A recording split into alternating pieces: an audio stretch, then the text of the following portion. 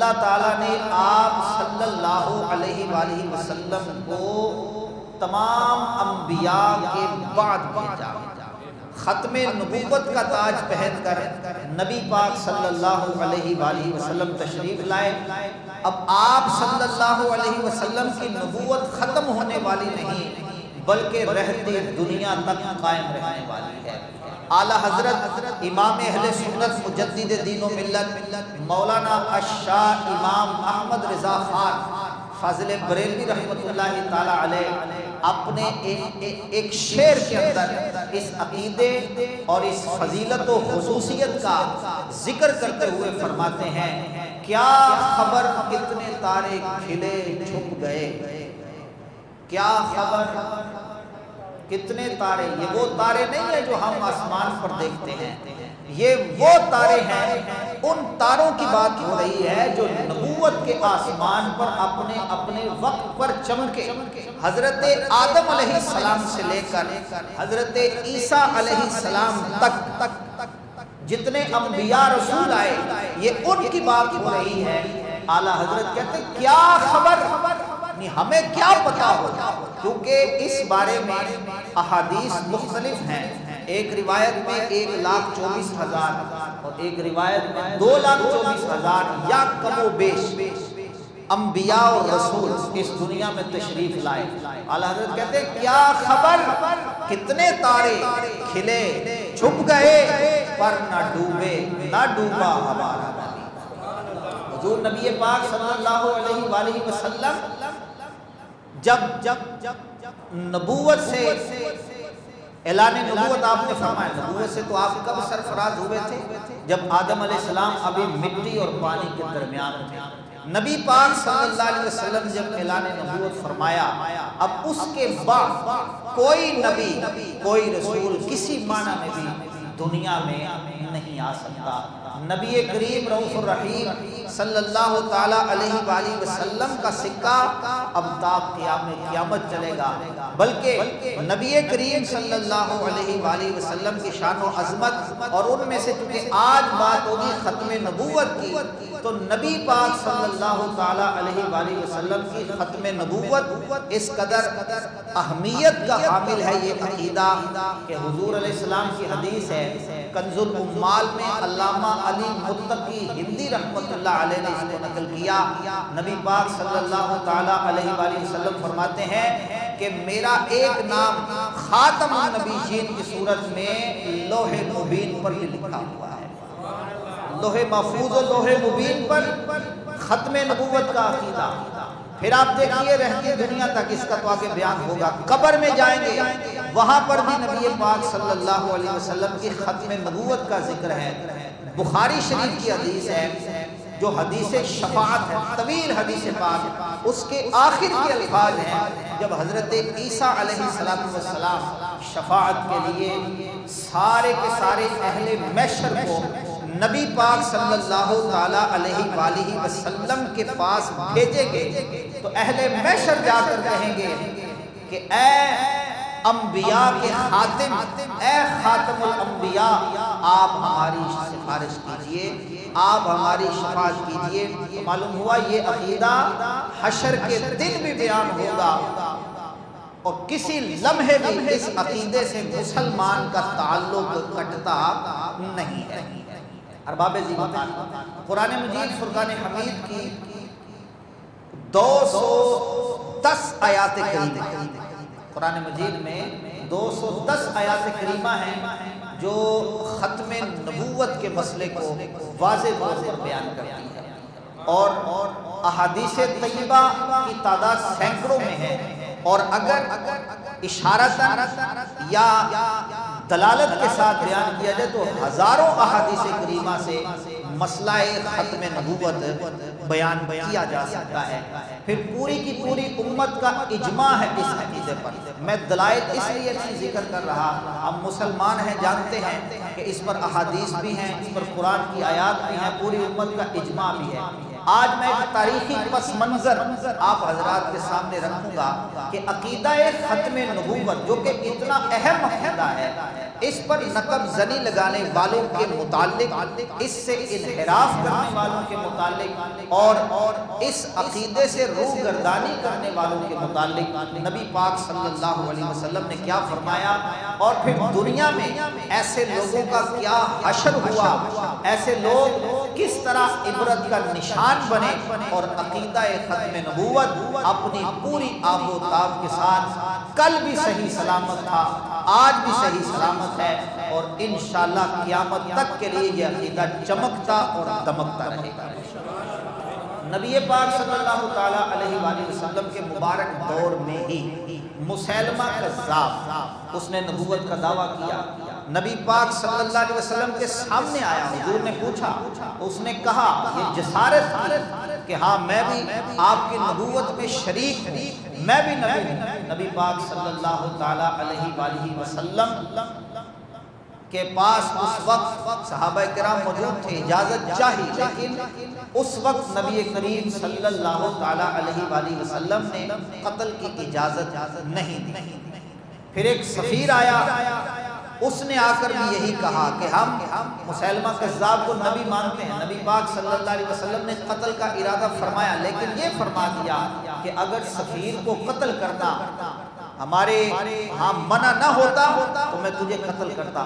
اس کے بعد حضرت عبداللہ بن مسعود رضی اللہ عنہ نے اس کو قتل کیا تھا۔ تو یہ وہاں سے سلسلہ شروع ہوا، مسیلمہ کذاب، اسود عنسی، پھر طلیحہ خویلد نامی ایک عورت نے نبوت کا دعویٰ کیا، بعد میں وہ طائب ہو گئی، لیکن بقیہ جتنے بھی تھے وہ سارے عبرت کا نشان بنے۔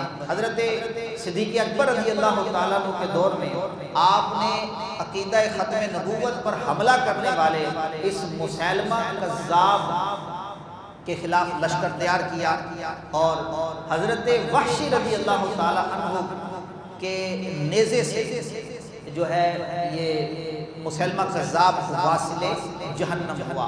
پھر اس کے بعد یہ سلسلہ چلتا رہا، کئی لوگوں نے نبوت کے دعوے کیے۔ اب یہ سارے نبوت کے جو دعوے کیے تھے، اس کے متعلق نبی پاک صلی اللہ تعالیٰ علیہ وآلہ وسلم نے پہلے ہی خبر دے رکھی ہے۔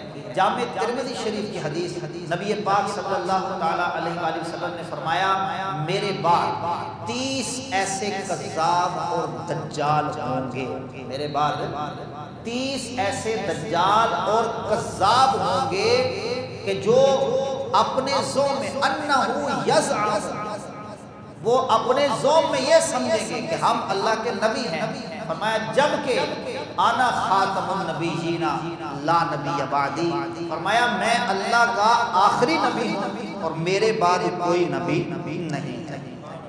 گرامی قدر حضرات، یہ ایک طویل سلسلہ ہے، میں وقت کو بچاتے ہوئے صرف آپ کو یہ بتا رہا ہوں کہ یہ تاریخ میں بہت سارے ایسے لوگ ہیں جنہوں نے نبوت کا دعویٰ کیا۔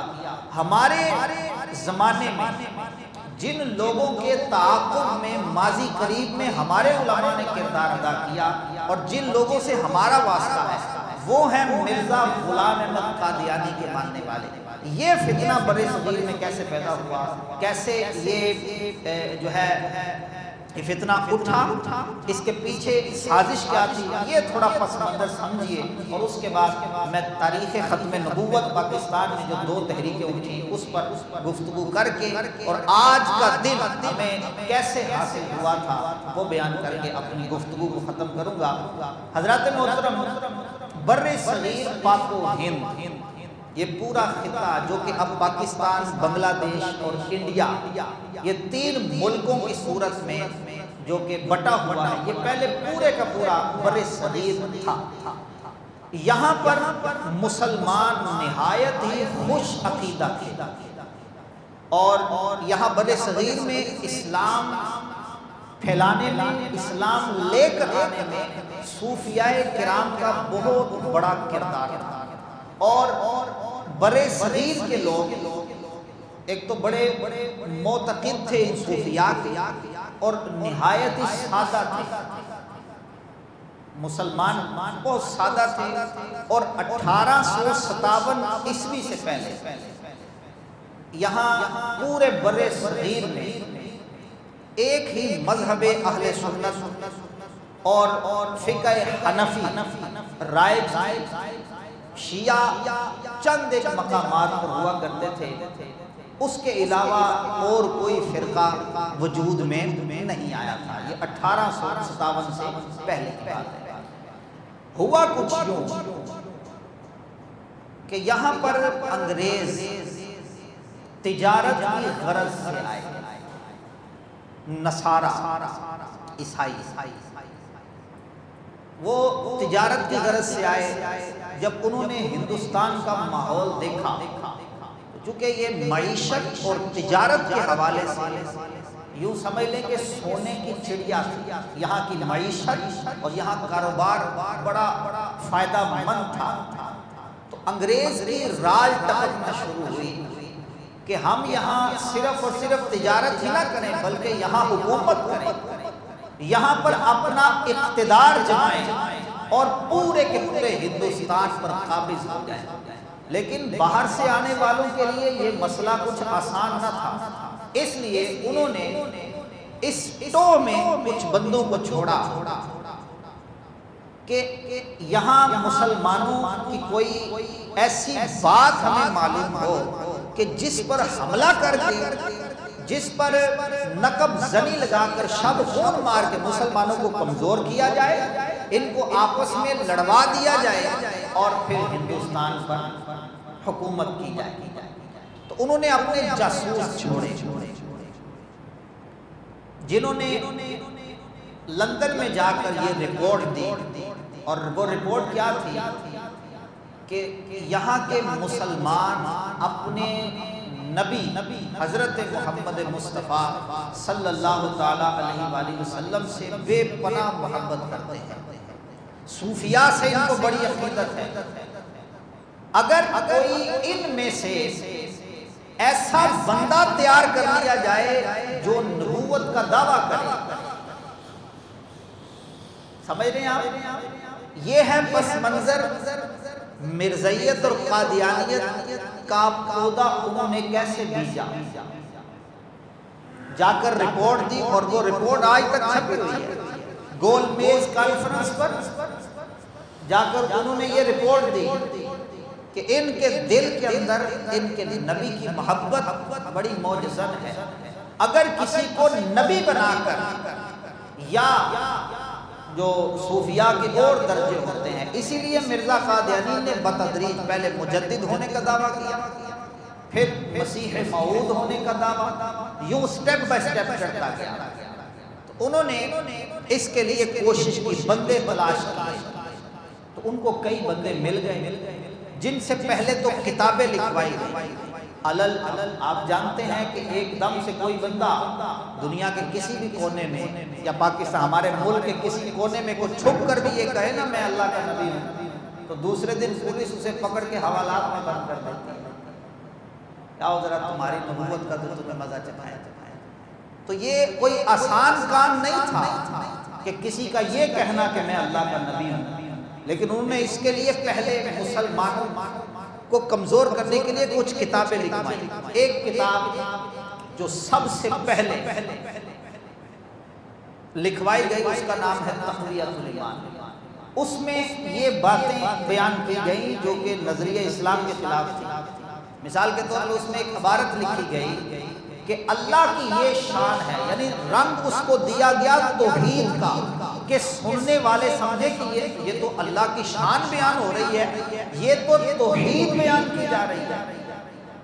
اب نظریہ کیا دیا اس کتاب کی، یہ عبارت یہی ختم نبوت کے عقیدے سے انحراف کی بنیاد بنی۔ تقویۃ الایمان میں یہ عبارت لکھی گئی کہ اللہ کی یہ شان ہے، اللہ چاہے تو ایک حکم کن سے کروڑوں محمد جیسے پیدا کر دے۔ بات سمجھ نہیں ہے آپ دیکھیے، تو کہتا ہے کہ اللہ چاہے تو محمد عربی جیسا ایک نہیں کروڑوں پیدا کر دے۔ ہم تو کہتے ہیں کہ نبی پاک صلی اللہ علیہ وسلم جیسا کوئی ایک بھی نہیں آ سکتا، کوئی ایک بھی نہیں آ سکتا۔ اس نے کیا کہا؟ کروڑوں پیدا کر دی۔ اب یہ قرآن کا انکار ہے، کیونکہ نبی پاک صلی اللہ تعالیٰ علیہ وسلم ہے خاتم النبیین۔ اب جو کوئی حضور کے مثل بن کے آئے گا وہ خاتم النبیین ہوگا، تب حضور کی مثل ہوگا نا، ورنہ مثل نہیں ہو سکتا۔ لہذا یہ عقیدہ ہی قرآن کے خلاف۔ اب جس نے یہ کہا کہ اللہ چاہے تو کروڑوں پیدا کر دے، پھر مرزا قادیانی نے اسی عبارت کو لیا کہ جب کروڑوں آ سکتے ہیں تو پھر میں کیوں نہیں آ سکتا۔ اس کے بعد ایک کتاب لکھی گئی جس کے اندر عقیدہ ختم نبوت کو زمانی اعتبار سے جھٹلایا گیا۔ کہا گیا کہ اگر نبی پاک کے زمانے کے بعد بھی کوئی نبی آ جائے تو حضور کی خاتمیت پر فرق نہیں پڑتا، نعوذ باللہ من ذالک۔ یہ تحذیر الناس کتاب۔ اب یہ کتابوں کا عنوان ذرا خشک ہوتا ہے، میں دیکھ رہا ہوں آپ احباب تھوڑا مشکل کا شکار ہو رہے ہیں۔ میں اب کتابوں سے، یہ دو کتابیں بنیاد بنی تھی مرزا قادیانی کے نبوت کا دعویٰ کرنے کی۔ یہ دو کتابیں علماء دیوبند کی طرف سے لکھی گئی، وہابیوں کی طرف سے۔ یہ دو کتابیں جب آئیں لوگوں کے اندر انتشار پھیلا، لوگ ڈیوائیڈ ہونا شروع ہوئے، جو کہ انگریز چاہتا تھا۔ لوگوں کے اندر انتشار، افتراق پھیلا، 1 سے 2، 2 سے 4 یوں دھڑے بنتے گئے۔ مسلمانوں کی وحدت پارا پارا ہوگی، کچھ لوگوں نے ان کو بھی ماننا شروع کر دیا۔ اب مرزا قادیانی جو کہ نہایت شاطر اور چلاک تھا، اس پر انگریز کی نظر پڑی، اس کو خریدا اور اس سے پھر بتدریج دعوے کروائے۔ سب سے پہلے اس نے دعویٰ کیا مجدد ہونے کا، کہ اللہ تعالیٰ ہر صدی کے آخر میں ایک مجدد بھیجتا ہے جو دین کی تجدید کرتا ہے۔ یہ ابو داؤد شریف کی حدیث ہے۔ تو اس نے مجدد ہونے کا دعویٰ کیا، دعوے پر نہ رہا، پھر اس نے دعویٰ کیا کہ میں مسیح موعود ہوں، یعنی کہ حضرت عیسیٰ علیہ السلام دوبارہ آئیں گے۔ یہ ہمارے عقیدے کے اندر یہ بات شامل ہے۔ حضرت عیسیٰ علیہ السلام کو زندہ آسمانوں کو اٹھا لیا گیا تھا، احادیث میں آتا ہے وہ دوبارہ آئیں گے، قرب قیامت وہ دوبارہ نزول فرمائیں گے۔ اب اس نے کہا کہ وہ عیسیٰ میں ہوں۔ پھر اس پر بھی نہ رہا، آگے چل کر پھر اس نے امام مہدی ہونے کا دعویٰ کر دیا۔ ٹھیک ہے، امام مہدی ہونے کے دعوے کے بعد پھر اس نے نبوت کی تقسیم کی، کہا کہ میں ایک نبی وہ ہوتا ہے جو شریعت لے کر آئے، تو میں تشریعی نبی نہیں ہوں بلکہ غیر تشریعی نبی ہوں۔ پھر اس نے کہا کہ میں ذلی اور بروزی نبی ہوں، یعنی نبی پاک صلی اللہ تعالیٰ علیہ وسلم کا عکس، نعوذ باللہ۔ اور پھر 1901 عیسوی، 1901 میں مرزا قادیانی نے علل اعلان مستقل بذات نبی ہونے کا دعویٰ کر دیا۔ میں نہایت اختصار کے ساتھ بڑھ رہا ہوں، آپ تھوڑا سمجھیے اس کو۔ مستقل نبوت کا دعویٰ کیا، اور اس نے وہ آیتیں جو نبی پاک صلی اللہ تعالیٰ علیہ وآلہ وسلم کے لیے نازل ہوئی، اس نے کہا یہ ساری میرے اوپر نازل ہوئی ہیں۔ اس نے کتاب لکھی حقیقت الوحی، اس کے اندر اس نے کہا کہ قرآن میں جو آیا ہے نا وَمَا أَرْسَلْنَاكَ إِلَّا رَحْمَةً لِلْعَالَمِينَ، یہ اللہ نے مجھ سے خطاب کیا۔ وَالضُّحَىٰ وَاللَّيْلِ إِذَا سَجَىٰ، یہ میرے لیے کہا گیا ہے۔ وَلَلْآخِرَةُ خَيْرٌ لَكَ مِنَ الْأُولَىٰ، یہ میرے لیے ہے۔ وَرَفَعْنَا لَكَ ذِكْرَكَ، یہ میرے لیے ہے۔ وہ ساری آیتیں جو نبی پاک صلی اللہ تعالیٰ علیہ وآلہ وسلم کی شان و عظمت کو بیان کرنے والی تھی، مرزا قادیانی نے کہا کہ یہ ساری کی ساری آیتیں میرے متعلق نازل ہوئی ہیں۔ اب جب اس نے حقیقت الوحی کتاب لکھی، مستقل نبوت کا دعویٰ کر دیا، اس سے پہلے اس کے مجدد ہونے کا بھی رد کیا گیا، ساری تردید پہلے بھی کی گئی، لیکن جب اس نے نبوت کا دعویٰ کر دیا تو اس وقت پھر علماء اہل سنت میدان میں اترے۔ علماء اہل سنت میدان میں اترے، سب سے پہلے مرزا قادیانی کے رد میں حضرت علامہ غلام دستگیر قصوری رحمۃ اللہ تعالی علیہ نے 2 کتابیں لکھی۔ مرزا قادیانی پر یہ کہتا تھا کہ مجھ پر الہام آتا ہے، تو اس کے الہامات کی اور وحی کی حقیقت کو بے نقاب کرنے کے لیے اہل سنت و جماعت کے عالم حضرت علامہ غلام دستگیر قصوری رحمۃ اللہ علیہ نے کتاب لکھی، اور اس کے بعد مرزے کی حیات ہی میں سب سے پہلے مرزے قادیانی کی تردید میں اور مسئلہ حیات مسیح کو، کیونکہ یہ بھی کہتا تھا نا کہ میں مسیح بن کے آیا ہوں، مسئلہ حیات مسیح کو علمی اور تحقیقی انداز میں شہزادہ اعلیٰ حضرت حجت الاسلام حضرت مولانا حامد رضا خان صاحب، اعلیٰ حضرت رحمت اللہ علیہ کے بڑے بیٹے مولانا حامد رضا خان صاحب نے الصارم الربانی علی اسراف القادیانی کے نام سے ایک کتاب لکھی جو کہ آج تک لاجواب ہے۔ پھر اعلیٰ حضرت امام محمد رضا نے ایک کے بعد ایک 6 کتابیں مرزا قادیانی کے رد میں لکھی، پھر تو ایک سلسلہ ہی شروع ہو گیا، اور مرزا قادیانی کے رد میں پھر حضرت پیر مہر علی شاہ صاحب رحمت اللہ تعالیٰ نے مرزا نے ایک تفسیر لکھی اعجاز المسیح کے نام سے۔ اس نے کہا کہ میری نبوت کی دلیل جو ہے میری یہ کتاب ہے، کوئی اس طرح کی عربی اگر لکھ دے جس طرح کی یہ کتاب میں نے لکھی ہے، کوئی اس کا رد کر دے تو پھر اس نے بہت دعوے بھی کیے۔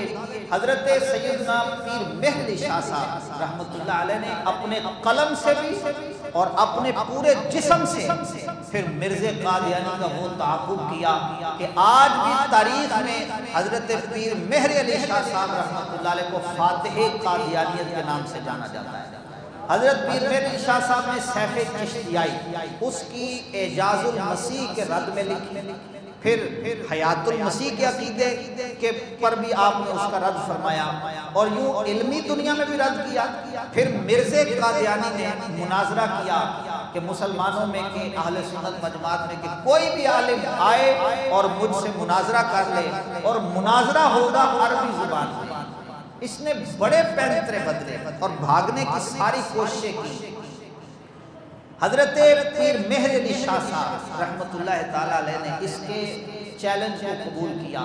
بادشاہی مسجد لاہور کے اندر سٹیج لگا، علماء پورے ہندوستان سے وہاں جمع ہوئے، عوام جمع ہوئی، مناظرے کا دن آیا، مرزا قادیانی غائب، مرزا قادیانی غائب۔ وہاں علماء کئی دن تک رہے، خیر کسی طرح مرزے کو لایا گیا۔ اب آمنے سامنے جب بیٹھے، اب حضرت پیر مہر علی شاہ صاحب رحمت اللہ علیہ نے وہاں فرمایا کہ مرزا جی تم تو یہ کہتے ہو کہ تمہاری کتاب کا کوئی رد کرے، اس سے بہتر عربی کوئی لکھے تو اس کی فتح ہو جائے گی۔ آپ نے فرمایا کہ ہماری صداقت تو یہ ہے، آؤ بات یوں کرتے ہیں کہ یہاں رکھتے ہیں قلم، اور جس کا قلم خود اٹھ کر لکھے وہ سچا ہے اور دوسرا جھوٹا ثابت ہوگا۔ لیکن مرزا قادیانی اس کے لیے تیار نہ ہوا۔ کتابوں میں لکھا ہے، تاریخ تک لکھا ہے، جس صوفے کے اوپر مرزا قادیانی بیٹھا تھا، یہ بات سننے کے بعد جب وہ وہاں سے اٹھا تو صوفہ گیلا ہو چکا تھا۔ آپ سمجھتے ہیں کہ یہ کس بات کی علامت ہے؟ سمجھ رہے ہیں نا جی، آپ سمجھدار ہیں۔ پیر مہر علی شاہ صاحب رحمت اللہ علیہ نے وہ بات کر دی، آپ نے فرمایا کہ قلم خود اٹھ کے جس کا لکھے۔ یہ سننے کے بعد مرزے کا پیشاب نکل گیا، اور جب وہ اٹھا صوفہ گیلا تھا۔ حضرت پیر مہر علی شاہ صاحب رحمت اللہ تعالی علیہ سے بعد میں کسی نے کہا کہ حضور آپ نے بہت بڑی بات کر دی تھی، اگر ایسا نہ ہوتا تو پھر کیا ہوتا؟ آپ نے فرمایا کہ بھلا ایسے کیوں نہ ہوتا، یہ میں نے اپنی طرف سے نہیں کہا تھا، بلکہ میری پشت پر رسول پاک صلی اللہ تعالی علیہ وسلم کا دست مبارک تھا۔ حضور نے فرمایا تھا مہر علی یہ بات ہے۔ اور پیر مہر علی شاہ صاحب رحمت اللہ علیہ کا ہی یہ فرمان ہے۔ آپ فرماتے ہیں جو ختم نبوت کا کام کرتا ہے، دیکھیں بقیہ جتنے بھی نبی پاک صلی اللہ تعالیٰ علیہ وسلم سے متعلق ہیں نا عقائد، علم غیب ہو گیا، حاضر و ناظر ہے، یہ سارے حضور کی ذات سے متعلق عقیدے ہیں۔ علم شریف آپ کی صفت ہے، حاضر و ناظر ہونا صفت ہے، لیکن عقیدہ ختم نبوت کا تحفظ جو ہے یہ ڈائریکٹ نبی پاک صلی اللہ علیہ وسلم کی ذات کا تحفظ ہے۔ تو اس لیے پیر مہدی شاہ صاحب رحمۃ اللہ علیہ فرمایا کرتے تھے جو ختم نبوت کا کام کرتا ہے اس کی پشت پر رسول پاک کا ہاتھ ہوتا ہے۔ تو یہ پس منظر ہے وہ جو مرزا قادیانی آن جہانی نے، میں بڑے اختصار کے ساتھ ورنہ باتیں اس وقت میرے ذہن میں بہت آ رہی ہیں، ان کی طرف نہیں بلکہ میں آپ کو اس تاریخ پر لے کے آنا چاہتا ہوں۔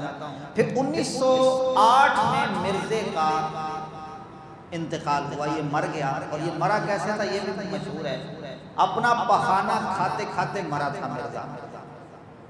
بھلا ایسا بندہ کیا نبی ہو؟ اس کی سیرت پڑھیں تو یقین کریں کہ ایک انسان بھی جو ہے نا وہ نہیں لگتا کہ یہ کوئی انسان بھی تھا، لیکن نبوت کا دعویٰ۔ چلیں چند باتیں میں آپ کو کمالات نبوت کی بتا دیتا ہوں۔ مسلمان بیٹھے ہیں، ہمیں تو شک و شبہ ہی نہیں ہے، لیکن چلے یہ بات سن کے ہمارے عقیدے اور پختہ ہوں گے کہ ہمیں ناز ہوگا کہ ہم نے بحمد اللہ تعالی محمد عربی صلی اللہ علیہ وسلم کا کلمہ پڑھا ہے، اور اللہ نے ہمیں تحفظ ختم نبوت کی توفیق عطا فرمائی ہے۔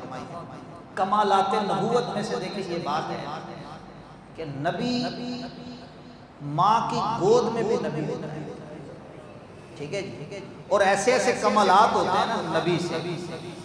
سیرت کی کتابوں میں یہ بات لکھی ہے، جب نبی پاک صلی اللہ تعالیٰ علیہ وآلہ وسلم کو حضرت حلیمہ سعدیہ رضی اللہ تعالیٰ عنہ اپنے گھر لے گئی پرورش کے لیے، تو وہ آپ کو دودھ پلاتی، تو سید عالم صلی اللہ علیہ وسلم اپنی والدہ حضرت حلیمہ سعدیہ رضی اللہ تعالیٰ عنہ کی ایک طرف سے دودھ پیا کرتے تھے، جب وہ دوسری طرف دوسرے پستان کو آپ کے منہ میں دیتی آپ دودھ نہیں پیتے تھے۔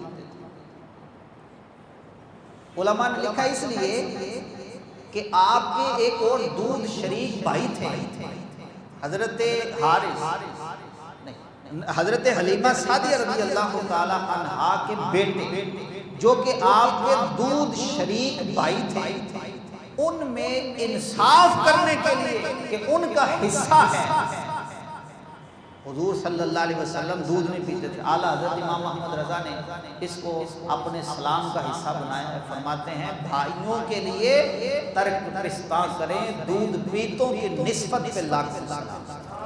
جو دودھ پینے کی عمر میں انصاف کر رہے ہیں، یہ تو انصاف ہو گیا۔ پھر کمالات نبوت کو دیکھیں، کمالات نبوت میں یہ بات حضرت عیسیٰ علیہ السلام پنگوڑے کے اندر جھولے کے اندر کیا کہتے ہیں؟ انی عبداللہ، میں اللہ کا بندہ ہوں، گواہی دے رہے ہیں دودھ پیتی عمر میں۔ یہ کمالات نبوت۔ اور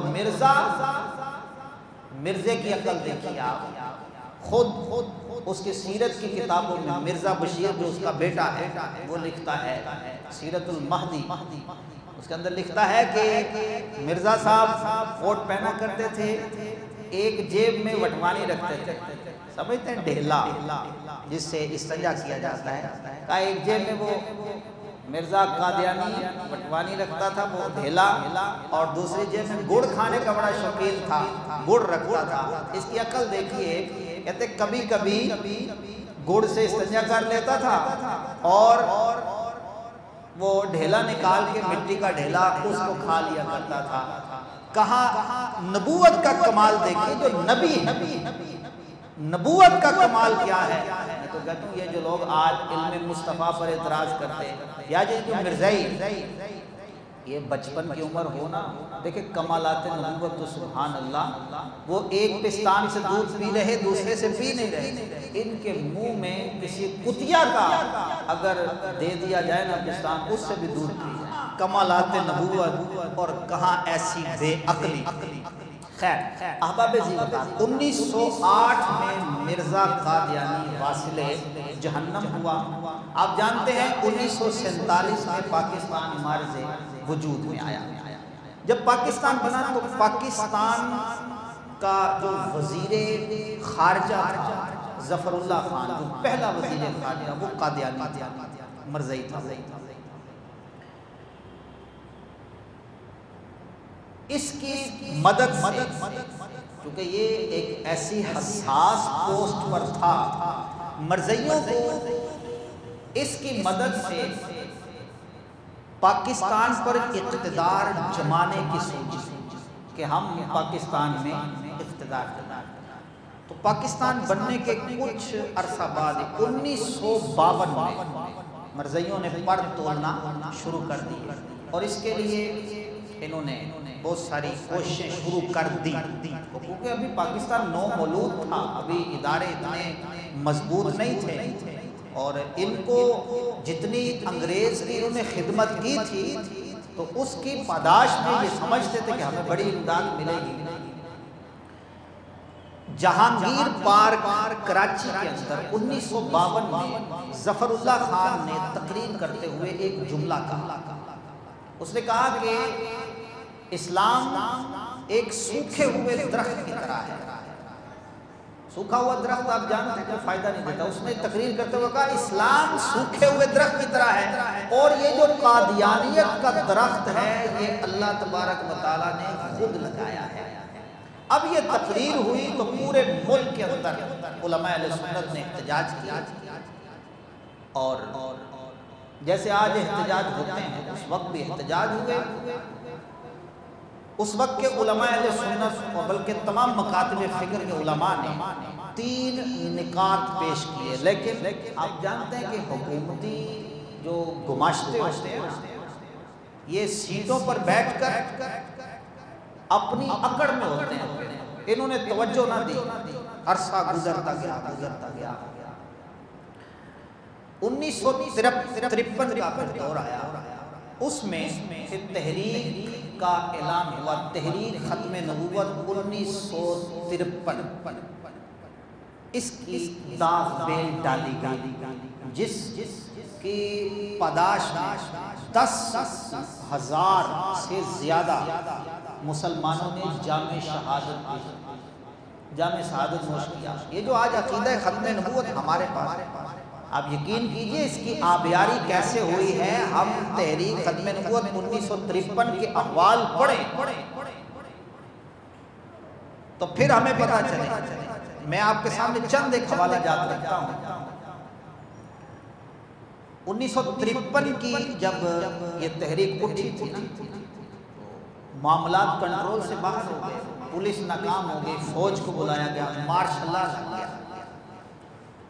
دہلی دروازہ لاہور کی بات یہ ہے، مال روڈ لاہور پر سینے پہ گولیاں ماری جاتی اور عاشقان رسول بالکل سینے حاضر کرتے. اس وقت جذبہ ایمانی کیا تھا؟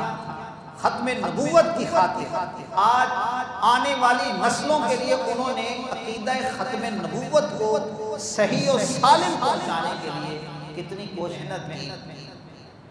تاریخ دان لکھتے ہیں ایک نوجوان جو کالج کا اسٹوڈنٹ تھا کتابیں لے کر نکلا، دیکھا کہ سامنے گولیاں چل رہی ہیں. اس نے کتابیں سائیڈ پہ رکھی، اندر جانے لگا. کسی نے پوچھا کہاں جا رہا ہے؟ اس نے کہا ساری زندگی پڑھتا رہا ہوں، آج عمل کرنے کا وقت آ گیا ہے. وہاں گیا تو اس کی ٹانگ پہ فائر کیا، گر گیا. اس نے کہا کہ ٹانگ کیوں مارتے ہو؟ اللہ کے رسول کی محبت اس دل میں ہے، یہاں گولی مارو. یہ جذبہ تھا. دہلی دروازے کے بعد جب عصر کے بعد جلوس نکلنا بند ہوئے، ایک 80 سال کا بابا اپنے 5 سال کے بیٹے کو لے کر روڈ پہ آیا اور اس نے آ کر کے ختم نبوت زندہ باد کا نعرہ لگایا. ختم نبوت بچے کو سکھا رکھا تھا، اس نے بھی زندہ باد کہا. اب 2 گولیاں آئیں، ایک باپ کو لگی جو 80 سال کا بوڑھا ہے اور ایک 5 سال کے بچے کو لگی وہ زمین ان کے خون سے لال ہو گئی. اور وہ دونوں تاریخ رقم کر گئے کہ عقیدہ ختم نبوت کے تحفظ کے لیے جب ضرورت پڑتی ہے تو 80 سال کے بابے بھی میدان میں آتے ہیں اور 5 سال کے معصوم بچے بھی میدان میں آتے ہیں. اس طرح آبیاری ہوئی ہے عقیدہ ختم نبوت کی. لاہور ہی کی بات میں آج پڑھ رہا تھا. پولیس والے زخمی کر کے گاڑیوں میں ڈالتے، انہی میں سے ایک شخص جو بہت زیادہ ختم نبوت زندہ باد کے نعرے لگا رہا تھا اس کو فوجی عدالت میں لایا گیا. کو ماشاءاللہ لگ جاتا ختم نبوت رسول اللہ کا نام لینا یہ جرم بن چکا تھا. ختم نبوت زندہ باد کہنے والے کو گولیاں مار دی جاتی. یہ 1953 کی بات کر رہا ہوں. ایک شخص تو بہت زیادہ نعرے لگا رہا تھا، اس کو پکڑ کے فوجی عدالت میں لائے، اس کے سامنے پیش کیا. اس نے کہا کہ 1 سال کی قید ہو جائے گی. اس نے پھر نعرہ لگایا. کہا 2 سال. اس نے پھر نعرہ لگایا. کہا کہ اس کی سزا بڑھا کر 5 سال کر دی جائے. اس نے پھر کہا، یہ سن کے کہا ختم نبوت زندہ باد. جنرل نے کہا کہ اس کی سزا 20 سال کر دی جائے. اس نے یہ سن کے پھر نعرہ لگایا. اس نے کہا کہ اس کو باہر لے جا کر ابھی گولی مار دو. گولی کا نام سن کر اس نے پھر ختم نبوت زندہ باد کا نعرہ لگایا. یہ جذبات تھے. پھر ان لوگوں کی مدد کیسے ہوئی؟ کراچی میں ختم نبوت کے جو جلوس نکلتے تھے، پولیس پکڑ کے کیا کرتے؟ گاڑی میں ڈالتے اور دور جنگل میں چھوڑ کے آ جاتے. جو کارکنان تھے ان کو دور جنگل میں چھوڑاتے. لیکن حیرت دیکھیے، جب پولیس گاڑیوں پر واپس آتی دیکھتے جن کو چھوڑ کے آئے ہیں وہی لوگ پھر سے جلوس کے اندر موجود ہیں، نعرے لگا رہے ہیں. وہ کیا طاقت تھی؟ تو پیر میرے شاہ صاحب رحمۃ اللہ علیہ فرماتے ہیں ختم نبوت کا کام کرنے والے کہ پشت پر رسول اللہ کا ہاتھ ہوتا ہے. ایک مرتبہ یہ ایک پولیس اہلکار نے خود بیان کیا، اس کا بیان ہے ایک مرتبہ ایک بہت بڑا ریلا لے کر وہ گئے دور جنگل میں چھوڑ کے آگے. ان میں سے وہاں پر رات کے اندھیرے میں دیکھا کہ ایک روشنی ہے اور کوئی ہمیں اپنی طرف بلا رہا ہے. کہتے گئے، اس نے جلدی واپس پہنچنے کا وظیفہ بتایا، کراچی کا رستہ بتایا. پولیس والے گاڑیوں پر فراٹے بھرتے ہوئے واپس پہنچے ہیں. ان سے پہلے جن کو جنگل میں چھوڑ کے آئے تھے وہ لوگ وہاں اور دوبارہ سے کمپین چلا رہے ہیں. تو اللہ تبارک و تعالیٰ کی ایسی مدد ان کے شامل حال ہوئی کہ اللہ تعالیٰ نے عقیدہ ختم نبوت کو باغ و بہار کر دیا. یہ 1953 کی احوال ہے. پھر اللہ کا کرنا ایسا ہوا، وہ حکمران جن کی گردن میں سریا تھا، جو پہلے 3 نکات نہیں مان رہے تھے، بالآخر انہیں خواہی نہ خواہی ان تینوں مطالبات کو ماننا پڑا، جس کے نتیجے میں تحریک ختم نبوت 1953 جو ہے وہ اپنے اختتام کو پہنچی. تحریک کو وائنڈ اپ کیا. اچھا آگے سلسلہ چلتا گیا. مرزائی قادیانی اندرونی سازش میں لگے رہے، کیونکہ اس وقت تک ان پہ پابندی نہیں تھی. اپنا لٹریچر تقسیم کرتے، یہ اپنی عبادت گاہیں بھی بناتے تھے، فتنہ و فساد پھیلاتے رہے. 1973 کا جب سال آیا، 1973 میں یہ پھر ایک تحریک اٹھی. اس کی وجہ یہ بنی، نشتر میڈیکل کالج ملتان کے کچھ طلباء ملتان سے پشاور ٹرین کے ذریعے سیر و تفریح کے لیے سفر پر روانہ ہوئے. جب چناب نگر ربوہ، جہاں پر مرزائیوں کا آج مرکز ہے، وہاں ٹرین رکی، انہوں نے اپنا زہریلا مواد جو ہے وہ بانٹنا شروع کر دیا. مسلمان طلباء نے مزاحمت کی، معاملہ رفع دفع ہو گیا. 8-9 دن کے بعد جب واپسی پہ وہی طلباء واپس جا رہے تھے، وہاں ٹرین رکی. اب انہوں نے ہتھیاروں کے ساتھ ان پر حملہ کر دیا. مرزائیوں نے اس ٹرین پر جو میڈیکل کالج کے مسلمان طلباء تھے ان پر حملہ کر دیا، ان کو زخمی کیا. اب یہ خبر پورے ملک میں پھیلی، احتجاج ہوئے. فیصل آباد میں سب سے پہلے جب ٹرین رکی تو وہاں علماء کا ایک بہت بڑا جو ہے وہ اجتماع ہوا. یوں یہ تحریک دوبارہ اٹھی اور پھر اسی تحریک نے بحمد اللہ تعالی 1974 میں اسی تحریک کیونکہ اب یہ جو ہے وہ ملک مزید ڈیولپ ہو چکا تھا. یہ دور تھا ذوالفقار علی بھٹو کا وزیر اعظم تھا. آپ میں سے جو معمر حضرات ہیں بزرگ جانتے ہوں گے. 1974 میں پھر اس وقت پاکستانی قومی اسمبلی میں قائد اہل سنت علامہ شاہ احمد نورانی صدیقی رحمۃ اللہ علیہ، حضرت صدر الشریعہ رحمۃ اللہ علیہ کے صاحبزادے مولانا عبد المصطفیٰ اظہری صاحب، حضرت مولانا علامہ عبدالستار نیازی صاحب رحمۃ اللہ علیہ، یہ بھی حکومت میں تھے، اور دیگر بہت سارے دیگر مکاتب کے لوگ بھی تھے. اب اس وقت حضرت قائد اہل سنت علامہ شاہ احمد نورانی صدیقی رحمۃ اللہ تعالی علیہ نے، کیونکہ آپ بڑے ذہین و فطین ہیں، آپ نے ایک جو ہے نا جو تھے حکومتی اہلکار، ان سے ملاقات کر کے ایک بل پاس کروایا جس پر آپ نے دستخط لینے تھے. آپ راتوں کی نیند، دن کا آرام آپ نے گنوا کر ان لوگوں سے ملاقاتیں کی، ان کو مسئلہ ختم نبوت سمجھایا. آپ جانتے ہیں حکمرانوں کو مسئلہ سمجھانا کتنا مشکل ہوتا ہے، لیکن یہ قائد اہل سنت علامہ شاہ نورانی صدیقی رحمۃ اللہ تعالی علیہ کا بہت بڑا کام ہے کہ آپ کی مسائل جلیلہ سے آپ نے کئی مرتبہ ان سے ملاقات کی، مسئلہ ختم نبوت سمجھا. انہوں نے انکار بھی کیا. ذوالفقار علی بھٹو نے کہا تھا کہ وہ مانتے ہیں، ان کو مانتے، یہ ان کا نظریہ ہے، ان کے مطابق وہ جو کرتے ہیں. وہ بھی تو تھا تو سیکولر ہے نا، لیکن قائد اہل سنت علامہ شاہ نورانی صدیقی نے اس کے مزاج کے مطابق بات. آپ نے فرمایا کہ دیکھو تم اس وقت وزیر اعظم ہو، اگر تمہارے مقابلے میں کوئی یہاں اسلام آباد میں کرسی رکھ لے، وہ بولے میں بھی وزیر اعظم ہوں، مانو گے؟ اس نے کہا کہ مسٹر نورانی میں اس کو نہیں مانتا.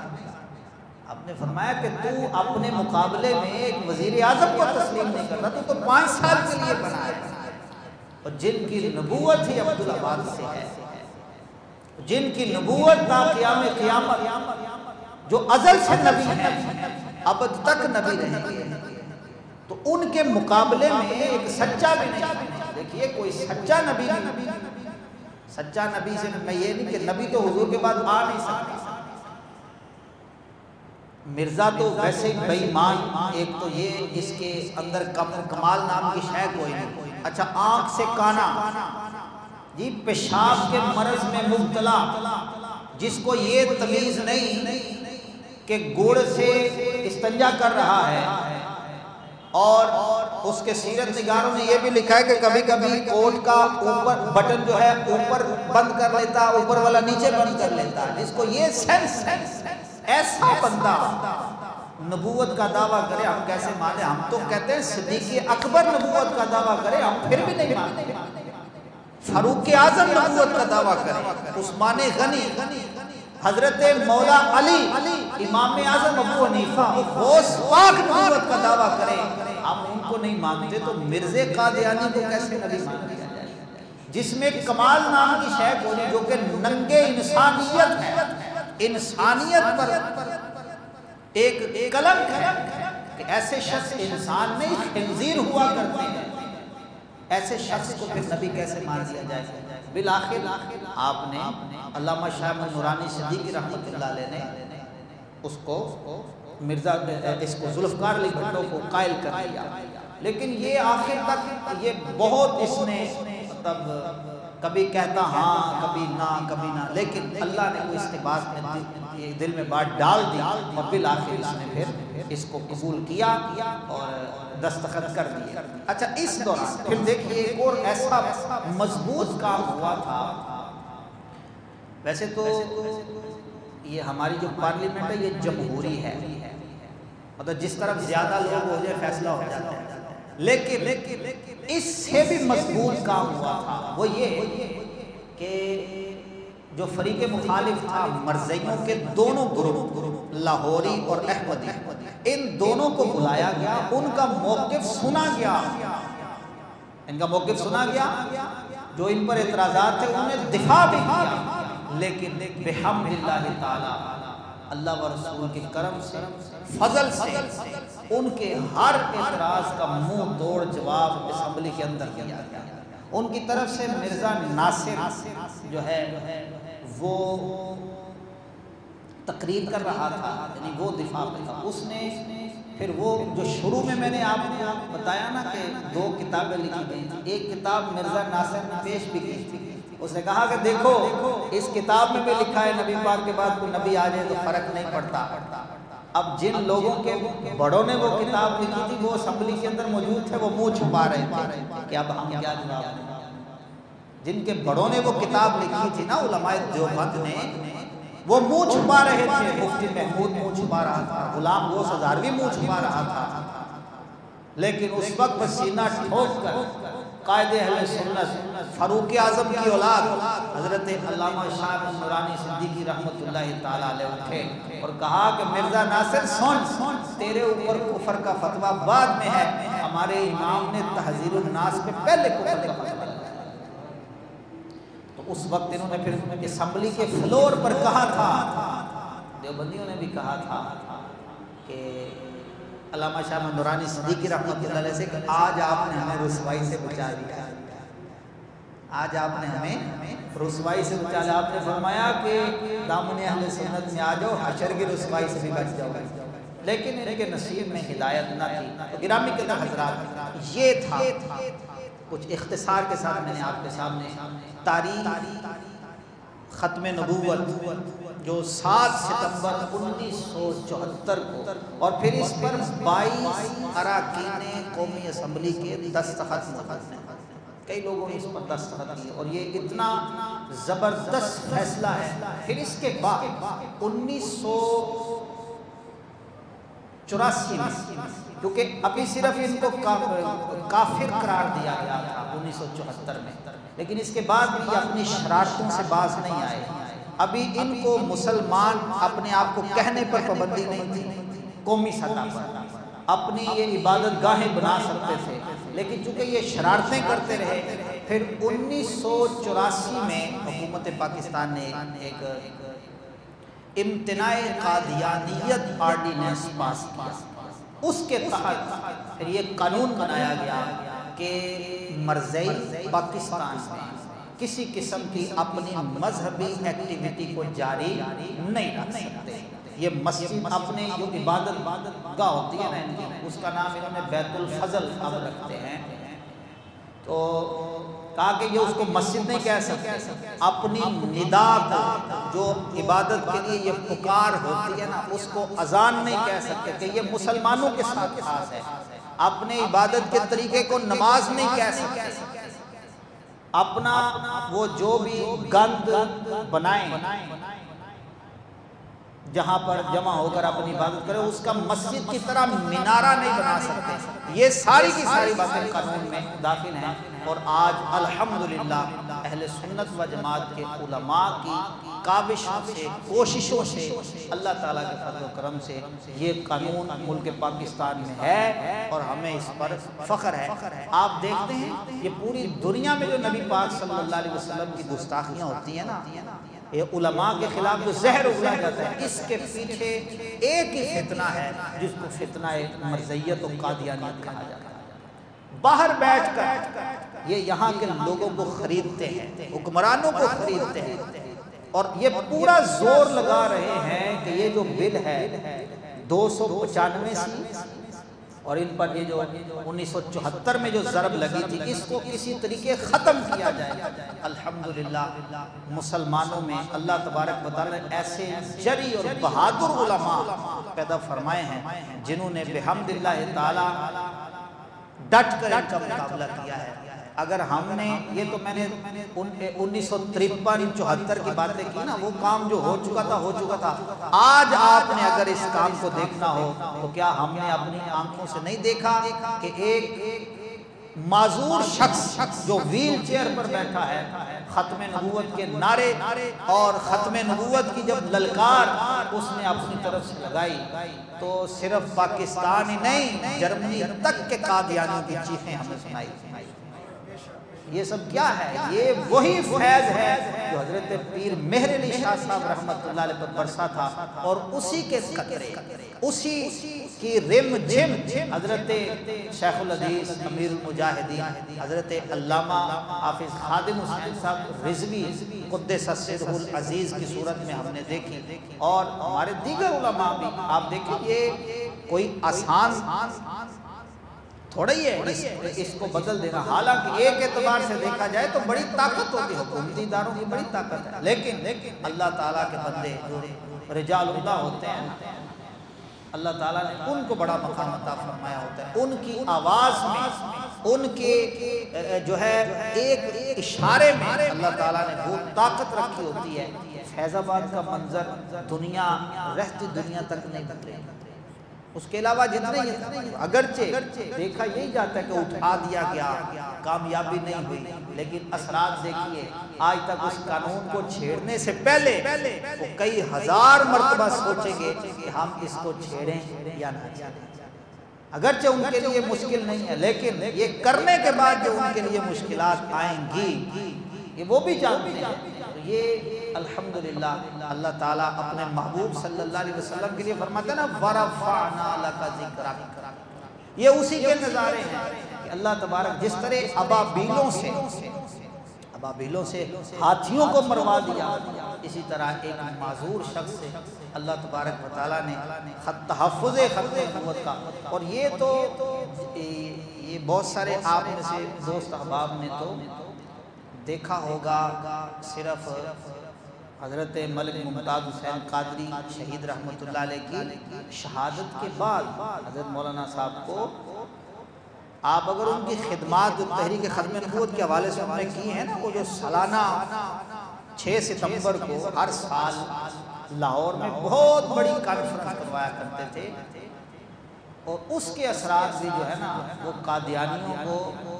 قادیانیوں کی ٹیسیں اور ان کی چیخیں، اب یہ چیخیں وہ نہیں ہوتی جو ہم کانوں سے سنیں، وہی چیخیں ہوتی ہیں۔ چیخیں یہ ہوتی ہیں کہ وہ تڑپ کے رہ جائیں اور مسلمانوں میں سازشیں اور تیز کر دیں، تو پتہ چلتا ہے کہ اب ان کی جو ہے نا وہ گردن پہ پاؤں آیا ہے۔ حضرت مولانا خادم صاحب کی ادارت میں ایک عرصہ تک العاقب نامی رسالہ مجلہ جو ہے شائع ہوتا رہا، جس کے ذریعے بڑا ختم نبوت کا کام ہوا ہے۔ اللہ تعالیٰ عز جلالہ کی بارگاہ میں دعا ہے اللہ تعالیٰ تحریک لبیک وہ پھر سے علمی کام جاری کرنے کی، اس کو جاری رکھنے کی توفیق عطا فرمائے۔ احباب ذوالفقار، یہ چند باتیں تھیں جو عقیدہ ختم نبوت کے حوالے سے جو بڑی ضروری تھی۔ میں آج چاہتا تھا کہ اس کو کچھ تاریخ بیان کر دی جائے۔ دلائل کی اگر بات کی جائے تو میں نے کہا نا قرآن مجید فرقان حمید کی سینکڑوں آیات جو بصراحت اس عقیدے کو بیان کرتی ہیں، احادیث مبارکہ ہیں سینکڑوں کی تعداد میں، پھر پوری کی پوری امت کا اس پر اجماع ہے، اور پھر اللہ تعالیٰ نے جانوروں کو یہ شعور عطا فرمایا ہے۔ جانوروں وہ گدھا، وہ دراز گوشت جس پر نبی پاک صلی اللہ علیہ وسلم سواری کیا کرتے تھے، قاضی ایاز رحمۃ اللہ علیہ نے شفا میں لکھا ہے جب حضور کا وصال ظاہری ہوا تو اس گدھے نے کنویں میں چھلانگ لگا، اور اس سے جب نبی پاک نے پوچھا تھا نا کہ تیری نسل میں اور بھی کوئی ہے، اس نے کہا میں اپنی نسل کا آخری ہوں، اور میرے آباء و اجداد جو گزرے ان پر صرف انبیاء نے سواری کی ہے، آپ چونکہ آخری نبی ہیں اس لیے میں اپنی نسل کا آخری گدھا۔ یارا کھوتے کی پتہ ہے کہ رسول اللہ آخری نبی ہے جی، جو انسان ہو اس کی نہ پتہ ہوئے تو کتنا جاہل بن ہے۔ اللہ رب العزت کی بارگاہ میں دعا ہے اللہ تعالی ہمیں عقیدہ ختم نبوت پر ثابت قدمی نصیب فرمائے۔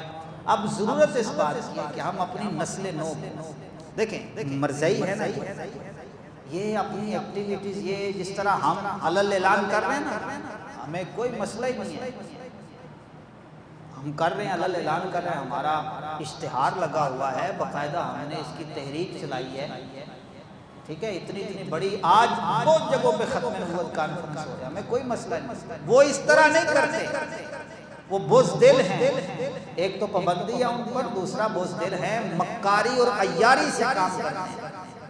میں انشاءاللہ کسی وقت مرزائی کس انداز سے کام کرتے ہیں، کیونکہ ابھی اگر شروع کر دیا تو وقت لگ جائے گا. میں آپ کو بتاؤں وہ ہمارے پاس موجود ہو کے اپنا آپ ظاہر نہیں کریں گے، بلکہ چلے ایک نشانی میں آپ کو بتا دیتا ہوں. آپ کو کوئی بندہ ملے جو علماء اہل سنت کے خلاف بولتا ہے، بے جا خلاف بولتا ہے، مولویوں نے دین خراب کر دیا، مولویوں نے دین، سمجھ لیجئے یہ قادیانی ہے یا قادیانیت سے متاثر ہے، مسلمان علماء کے خلاف نہیں بولتا، یہ یاد رکھیے. تو ایسے لوگ یا تو مرزیت کے جراثیم ان کے اندر ہوتے ہیں یا پورے مرزئی ہوتے ہیں. ٹھیک ہے، تو یہ ایک پوری پلاننگ کے ساتھ کام کرتے ہیں ان کے فتنے سے بچنے کے لیے. بس رسول اللہ کی محبت کو اپنے دل میں رکھنا. ان کا مشن یہ تھا کہ رسول اللہ کی محبت نکالے دلوں سے. ہم رسول اللہ کی محبت کو ہی اپنے دلوں میں بسا لیں، انشاءاللہ ہر فتنے کی جڑ خود ہی کٹ جائے گی. اللہ رب العزت توفیق عمل نصیب فرمائے. آمین. وآخر دعوانا الحمدللہ رب العالمین.